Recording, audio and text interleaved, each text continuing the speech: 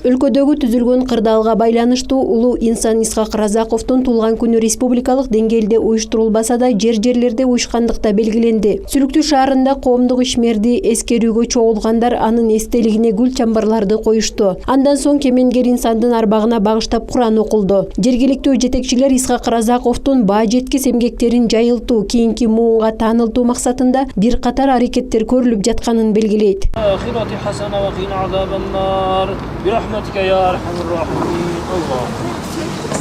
Бул иш пландардын бир пункттары бар.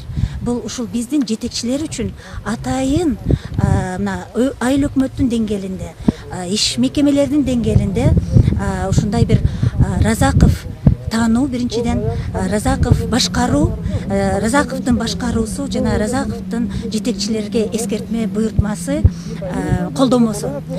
Ушундай план программалар, курстар иштелип чыккан.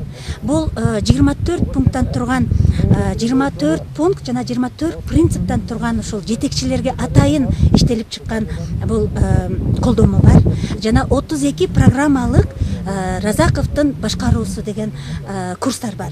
Буларды иштелип чыкканбыз, бирок мына пандемияга байланыштуу бул деген анткени тренингдер ар бир ишканада өткөрүш керек эле. Ар бириңиз жок дегенде 1000 адамдын мындай үн кошо турган адамдарсыздар, ысмайыл отурат. Ошол үчүн шуну жеткизип барайык.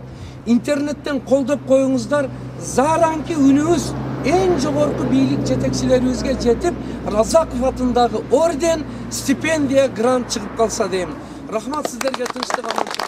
Исхак Разаковдун киндик каны тамган Коросон айылына барган жетекчилер улуу инсандын үй жайынын орду менен таанышты. Белгилей кетсек, кыргыздын Көсөм уулу 8 жашка чыкканга чейин ушул жайда чоңойгон. Учурда бул айылдын тургундары башка аймакка отурукташкандыктан айылдагы үйлөрдүн калдыктарын гана көрүүгө болот. Жөнөкөй айылдан улуу чыган уулдун өсүүсү чоң сыймык. Мына şu yerде Исхак Разаков туулуп 8 жашка чейин şu yerде чоңоюп өтөт. Mana 3 yaşka çıkkanda enesinden ajıraydı. 8 yaşka çıkkanda atası bunu alıp kurama jaka jönöydü. Bu yerde yaşao mümkün bolbay kalat. Revoltsiya olup şartlarda bir iştebey şartının kojoyunları kaçıp ошол убакта булар курамага барып şu yerde баягы тууган урукмер bir жасасын бар, жолдо атасы өлүп калат. Атасы өлгөндөн кийин Исхак Разаков şu mezgilde Tacikistandагы Хаджен шаарында келип, ошо жерге экен балдар үйүнө кирет. Когда вспоминаешь о нем, невольно задумываешься о тех годах, когда прожили наши предки. И в это время наши предки, они все жили очень... Исхак Разаков жөнүндө сөз кылганда ата-бабаларыбыздын жашап өткөн бардык жылдары эске келет. Анткени алар достук, биримдик менен жашаган. Аларда карама-каршылыктар болгон эмес. Мен биздин жаштар Исхак Разаковдун идеологиясын колдоосун каалайт элем. Ал улуу инсан болгон, анын терең ойлору бар эле. Мага анын бирөөлөрдүн күчтүүлүгүнөн коркпо, өзүңдүн чабалдыгыңнан корк деген сөзү жагат. Это то, когда говорится, не бойся своего, не бойся, более бойся не своего врага, а свое бессилие. Ал Кыргызстанда илим билим жааты боюнча болобу, өнүгүү экономика жааты болобу, көп айыл чарба жаатынан бир канча ийгиликтерге, алдыңкы мамлекеттерге, Союз өлкөсүнүн алдыңкы мамлекетке жеткизген. Мынакей азыркы чакта дагы өлкөбүз өнүгүү жолунда баратат.